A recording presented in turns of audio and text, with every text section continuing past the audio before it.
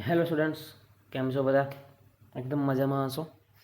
તો chapter number 8 આપણું પૂરું થઈ ગયું હતું. તો હવે આપણે સ્ટાર્ટ કરીશું ચેપ્ટર નંબર 8 ભારતીય અર્થતંત્ર, જે આપણા ચેપ્ટરમાં બરાબર સૌથી મોટામાં મોટું અને સૌથી હાર્ડેસ્ટ ચેપ્ટર છે. બરાબર, કઈ દ્રષ્ટિએ હાર્ડેસ્ટ છે? તો કે એમાં આંકડા બહુ મોડે કરવાના છે. શું મોડે કરવાના છે? આંકડા દેટ મીન્સ નંબર્સ, કે ભાઈ આ વર્ષે આટલા ટકા આ હતું, આ વર્ષે આટલા ટકા આ હતું. બરાબર, એટલે કે અઘરું ચેપ્ટર છે. બિકોઝ એમાં તમારે મહેનત વધારે કરવી પડશે અને તમારે યાદ બી વધારે રાખવું પડશે, રાઈટ? તો તમારી ફાઇનલ એક્ઝામ લેવાની છે, તમને બધાને ખબર જ છે. તો એની અંદર ચેપ્ટર નંબર 1 to 11ની દરેક વસ્તુનો સમાવેશ થાય. તો ચેપ્ટર નંબર 7ની અંદર તમને આપણા ઇન્ડિયા ભારતીય અર્થતંત્ર વિશે ઘણું બધું જાણવા મળશે. એમ એક રીતે જોવા જઈએ ને તો આ ચેપ્ટરની અંદર મોસ્ટલી ખાલી 2 જ મહત્વના ક્વેશ્ચન છે. કેટલા ક્વેશ્ચન? 2. બટ એ 2 ક્વેશ્ચનની અંદર તમને જાણવા માટેનું એટલું બધું મળશે, એટલી બધી જાણકારી મળી જશે કે જે તમને અર્થતંત્રના પાછળના, એટલે કે અર્થશાસ્ત્ર જે કેવું હતું આપણું અર્થતંત્ર, બરાબર, આપણે કેટલા મજબૂત હતા, કેટલા વીક હતા, કેટલા વીક થયા આઝાદી પછી, આ બધી જ વસ્તુઓ તમને ચેપ્ટર નંબર 7 ભારતીય અર્થતંત્રમાં મળી જશે. તો સૌથી પહેલાં આપણે એમની પ્રસ્તાવના જોઈએ. તો કે ભારત વિશ્વના સાંસ્કૃતિક ભવ્યતા ધરાવતો દેશ છે, જે તેની વિશિષ્ટ લાક્ષણિકતા ધરાવે છે. વિશ્વની સૌથી મોટી લોકશાહી શાસન વ્યવસ્થા ધરાવે છે. દુનિયાનો સૌથી મોટો લોકતાંત્રિક દેશ કયો છે? ઇન્ડિયા, ભારત, જેમાં વિવિધ જાતિ, ધર્મ, ભાષાઓ, સંસ્કૃતિ સાથે વિવિધતામાં એકતાના દર્શન થતા જોવા મળે છે. ભારત દેશનું નામ મહાભારત પુરાણના આદિ પર્વમાં થયેલ ઉલ્લેખ મુજબ રાજા દુષ્યંત અને રાણી શકુંતલાના પુત્ર રાજા ભરતના નામ પરથી રાખવામાં આવ્યું છે. ભારત દેશ ખેતી, ઉદ્યોગ અને વેપાર ક્ષેત્રે સક્ષમ હોવાને કારણે ધનવાન દેશ હતો, જેથી ભારત દેશ ભૂતકાળમાં સોને કી ચિડિયાના નામે ઓળખતો હતો. અંડરલાઈન કરો, ભારત દેશનું ભારત પુરાણના આદિ પર્વમાં ઉલ્લેખ થયેલ મુજબ રાજા દુષ્યંત અને રાણી શકુંતલાના પુત્ર રાજા ભરતના નામ પર તેના દેશનું નામ શું છે? ભારત. ભારત દેશમાં કઈ કઈ વસ્તુ વેપાર આપણે સક્ષમ હતા? તો કે ખેતી કરવામાં આપણે બહુ, અત્યારે બી દુનિયામાં સૌથી સારામાં સારા જે ખેતી ને બધા પ્રયોગો ને બધું છે ઇન્ડિયા કરી રહ્યું છે. ઉદ્યોગો, ઇન્ડસ્ટ્રીયલ એરિયાઝ, વેપાર ક્ષેત્ર, ટ્રેડ, એવું સમજો કે દુનિયામાં સૌથી સારો બિઝનેસ કોઈ કરતું હોય તો એ ભારતીય છે, એવું લેખકો કહે છે. બરાબર, સક્ષમ હોવાને કારણે ધનવાન દેશ હતો, જેથી ભારત દેશ ભૂતકાળમાં સોને કી ચિડિયાના નામે ઓળખાતો. એટલે ભારત દેશ શું કહેવાતો હતો? સોને કી ચિડિયા. તમે બધાને આ વસ્તુ તો ખબર હશે. ભારતની સમૃદ્ધિથી આકર્ષાઈ ભારત પર ઘણા આક્રમણો થયા, ઘણી ધન સંપત્તિ લૂંટી અને ધીમે ધીમે ભારત પર સત્તા હાંસલ કરી. વર્ષ 1526 થી 1858 એટલે કે 16મી સદી શરૂઆતથી 19મી સદીના મધ્ય સુધી મુઘલ સામ્રાજ્યનું શાસન પૂર્ણ અથવા આંશિકપણે ભારત દેશ પર ચાલ્યું. એટલે કે રાજાઓ હતા ને, તો એ રાજાઓ પણ કયા હતા? તો કે મુઘલો. બરાબર છે. ક્યાંથી? 1526 થી 1858.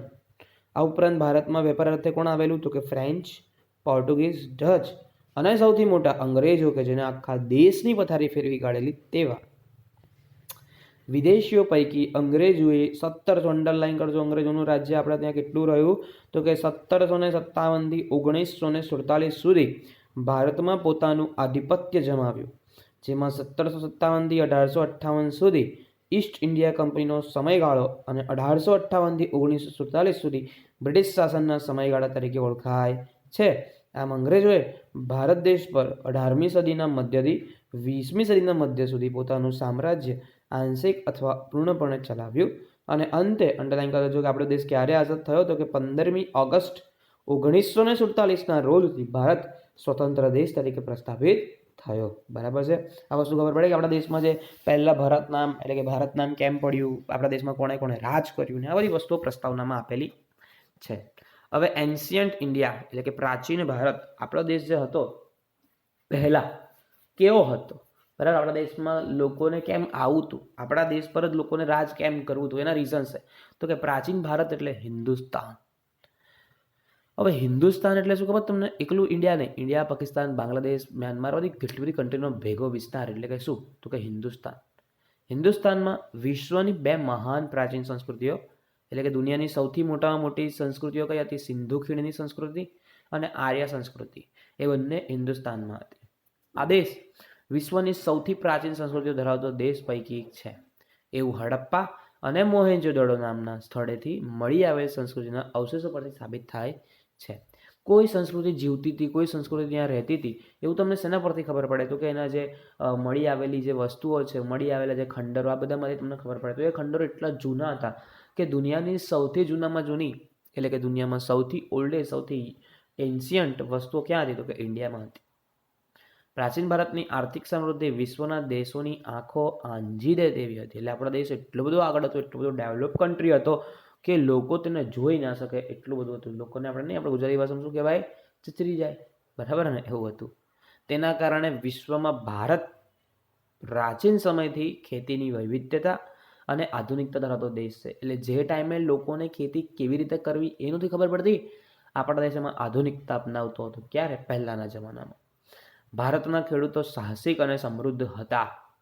લખ્યું છે કે સાહસિક એટલે શું? કે ખેડી નાખીએ આપણે, આ કરી નાખીએ, તે કરી નાખીએ. સમૃદ્ધ એટલે પૈસાવાન પણ હતા.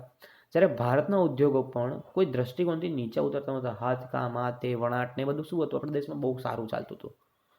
એક સમયે ભારતના ઉદ્યોગોનો વિશ્વમાં ડંકો વાગતો હતો. લોકો આપણા ત્યાં ભીખ માંગતા આવે કે ભાઈ આ કરી આપો, તે કરી આપો, ને આપણો દેશ એ લોકોને સપોર્ટ કરતો હતો. ભારત કાપડ ઉદ્યોગ, શણ ઉદ્યોગ, કોલસા ઉદ્યોગ, ગળી ઉદ્યોગ, ચા ઉદ્યોગ, કોફી ઉદ્યોગ, રબર ઉદ્યોગ, જો કેટલા બધા ઉદ્યોગ છે? તો કે ટોટલ કાપડ એટલે કે મિલ્સ, કાપડની મિલ્સ એટલે કે કોટન મિલ્સ, શણ ઉદ્યોગ, કોલસા ઉદ્યોગ, ગળી ઉદ્યોગ, ગળી એટલે પેલું ભૂરા કલરના પથરાને બધું બનાવે ને, તમે મોહેંજો-દડો મૂવી જોયું હશે, એમાં પેલું ઉત્પાદન કરે છે ને પોતાના ઘરની પાછળ. ચા ઉદ્યોગ, કોફી ઉદ્યોગ અને રબર ઉદ્યોગ, એમ વિવિધ ઔદ્યોગિક ક્ષેત્ર વિકસતું હતું, જેમાં ભારત સુતરાઉ કાપડના ઉત્પાદન અને નિકાસ ક્ષેત્રે અગ્રેસર હતું. જ્યારે ત્રીજા પક્ષે ભારતનો વેપાર વિશ્વ પ્રસિદ્ધિ પામી ચૂક્યો હતો. પ્રાચીન સમયમાં વિદેશ જવા માટેની ખૂબ અગવડતાઓ હોવા છતાં ભારતીય વેપારીઓ જળમાર્ગે વિશ્વના દેશોમાં ભારતના શું વેચતા હતા? મરી મસાલા, તેજ તેજાના, સુતરાઉ કાપડ, મલમલ કાપડ તેમજ ગરમ કાપડનું વગેરેનું વેચાણ કરતા અને અઢળક નાણાંનું સર્જન કરતા. આપણા દેશ બહાર જાય અને એવી વસ્તુ બનાવે કે જ્યાં એ લોકોને બીજી જગ્યાએ જાય તો ત્યાં એને લોકોને એ વસ્તુ મળતી જ ના હોય. મતલબ આપણા દેશમાંથી એ વસ્તુ ત્યાં જાય છે અને એ લોકો ત્યાં પછી એ લોકો એટલો બધા મોંઘામાં વેચે જેની કોઈ હદ નહીં. એટલે કે આમ આપણને શું થાય? તો કે બહુ જ ફાયદો થાય. આમ સરવાળે એમ કહી શકાતું કે ભારત ખેતી, ઉદ્યોગ અને વેપાર ક્ષેત્ર વિકસિત હતો, જે આર્થિક સંપન્નતાનું પ્રતીક હતું. બરાબર છે? એટલે કે આપણો દેશ કોઈ પણ રીતે પાછો પડતો નહોતો, એવું જસ્ટ સમજવાનું. બરાબર છે? આ તો આપણું પ્રાચીન ભારત. હવે પ્રાચીન ભારતની અંદર ટોટલ ઘણા બધા થોડા પ્રકાર આપ્યા છે. એમાં પહેલું છે રોજગારીનું માળ.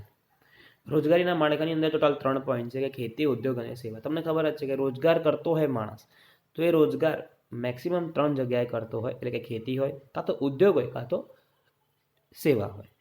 તો કે પ્રાચીન ભારત ખેતી પ્રધાન દેશ હતો.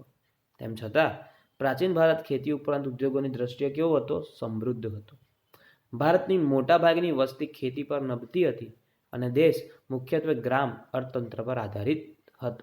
ખેતી ભારતની ખેતી ખૂબ વૈવિધ્યપૂર્ણ અને સમૃદ્ધ હતી, જેના કારણે ગ્રામ્ય વિસ્તારો સ્વાવલંબી હતા. ગ્રામ્ય વસ્તી પોતાની જરૂરિયાતોની વસ્તુઓ જેવી કે અનાજ, શાકભાજી, ફળફળાદી, કપડાં, પગરખાં, પશુપાલન અને ખેતીજન્ય વસ્તુઓનું ઉત્પાદન કરતા હતા, જેના કારણે તેઓનું જીવન ખૂબ સુખાકારીવાળું હતું. બરાબર? એટલે કે આપણા દેશમાંથી કઈ કઈ વસ્તુઓ એ લોકો બનાવતા હતા? તો કે અનાજ, શાકભાજી, ફળફળાદી, કપડાં, પગરખાં, પશુપાલન, ખેતીજન્ય બધું ખેડૂતો સ્વાવલંબી. એટલે કે શું? તો કે પોતાની જાતે જ આ બધું કરવાનું, પોતાની જાતે જ ઉત્પાદન કરવાનું. ને પોતે એવું સમજો ને કે અડધું ગામ અંદર એટલું બધું સગવડ કરી આપે ને કે કોઈ ભૂખ્યું ના રહે, કોઈ પાછળ ના રહે અને બધા જીવન સુખેથી જીવતા હતા. ઉદ્યોગ કેવા હતા? તો કે ઇતિહાસકાર એટલે કે આપણે જે હિસ્ટ્રીવાળા લખવાવાળા એ લોકો શું લખતા હતા? તો કે ટી રાયચૌધરીના મત મુજબ 19મી સદી પહેલાં ભારત ઔદ્યોગિક પેદાશોનું ઉત્પાદન કરનાર અગ્રગણ્ય દેશ હતો. ભારત મુખ્યત્વે સુતરાઉ અને મલમલ કાપડની નિકાસ. અંડરલાઈન કર્યો, ભારત કેવો દેશ હતો કે કાપડ બનાવવામાં, કાપડ વેચવામાં દુનિયાના ટોપ મોસ્ટ કન્ટ્રીઝમાં આવતો હતો. અને કયા બે મેઇન કાપડ? સુતરાઉ અને મલમલ.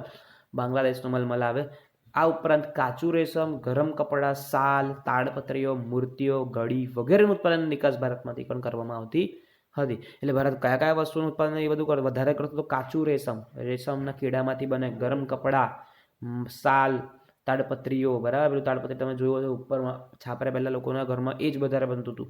તો કે આ બધી વસ્તુ ઉદ્યોગોમાં એટલી જોરદાર ઇન્ડિયા બનાવતું હતું અને પછી એનો નિકાસ પણ કરતું હતું.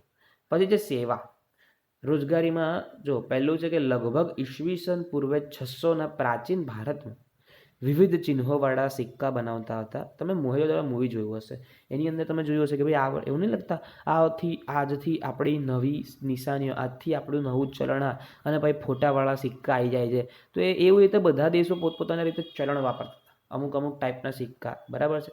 અને એ સિક્કાનું ઉત્પાદન ખાલી રાજાના ત્યાં જ કરી શકે, બરાબર. એટલે એ ચલણ બીજે કશે મળે નહીં. એટલે કે લગભગ એ વખતે સિક્કા બનાવતા હતા ને ખાસ કરીને આ સમયમાં વિવિધ વેપારી ગતિવિધિઓ તેમજ શહેરી વિકાસ માટે સીમાચિહ્નરૂપ કામકાજ કરવામાં આવ્યું. રાજકીય એકતા, સામર્થ્ય તેમજ સૈન્ય સુરક્ષાને કારણે ખેત ઉત્પાદકતામાં અને વેપારમાં અસાધારણ વૃદ્ધિ નોંધાવવામાં આવી. ઉદાહરણ તરીકે લોથલ ખાતે મળેલ નગર વ્યવસ્થાના પુરાવા. એટલે આપણો દેશ એ રીતે એકદમ બેસ્ટ હતો. એનું સૌથી મોટું એક્ઝામ્પલ શું હતું તો કે લોથલ જે જગ્યા છે એ લોથલની મળેલ નગર વ્યવસ્થા છે, બરાબર, એના પુરાવા. પછી છે કે રાષ્ટ્રીય આવક બીજા નંબર પર આવે છે પ્રાચીન ભારતની રાષ્ટ્રીય આવક, બરાબર છે. આપણે આ પોઈન્ટ જોઈ લઈએ, પછી આપણે જવા દઈએ, પછી આપણે નેક્સ્ટ વિડીયોમાં જોઈશું. તો કે આર્થિક ઇતિહાસકાર અંગુસ મેડિસન, નામ યાદ રાખજો, એમસીક્યુમાં પૂછાય. કોણ છે તો કે આર્થિક ઇતિહાસકાર, એટલે કે હિસ્ટ્રી લખે છે બટ ટોટલી ઇકોનોમિક માટે. તો કે અંગુસ મેડિસનના જણાવ્યા પ્રમાણે ભારત વિશ્વનું સૌથી મોટું અર્થતંત્ર હતું. મૌર્ય રાજાના સમયગાળામાં ભારતીય અર્થતંત્રના ઘણા અગત્યના અને વિકાસલક્ષી નિર્ણયો લેવામાં આવ્યા.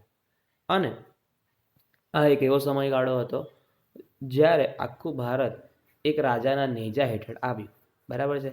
16મી સદીના મુઘલ શાસન દરમિયાન ભારત અર્થતંત્ર વિશ્વના આવકના 25% આવક ધરાવતું. એટલે કે દુનિયા 100 રૂપિયા કમાય ને તો ઇન્ડિયા 25 કમાતું હતું, એવી સિચ્યુએશન હતી.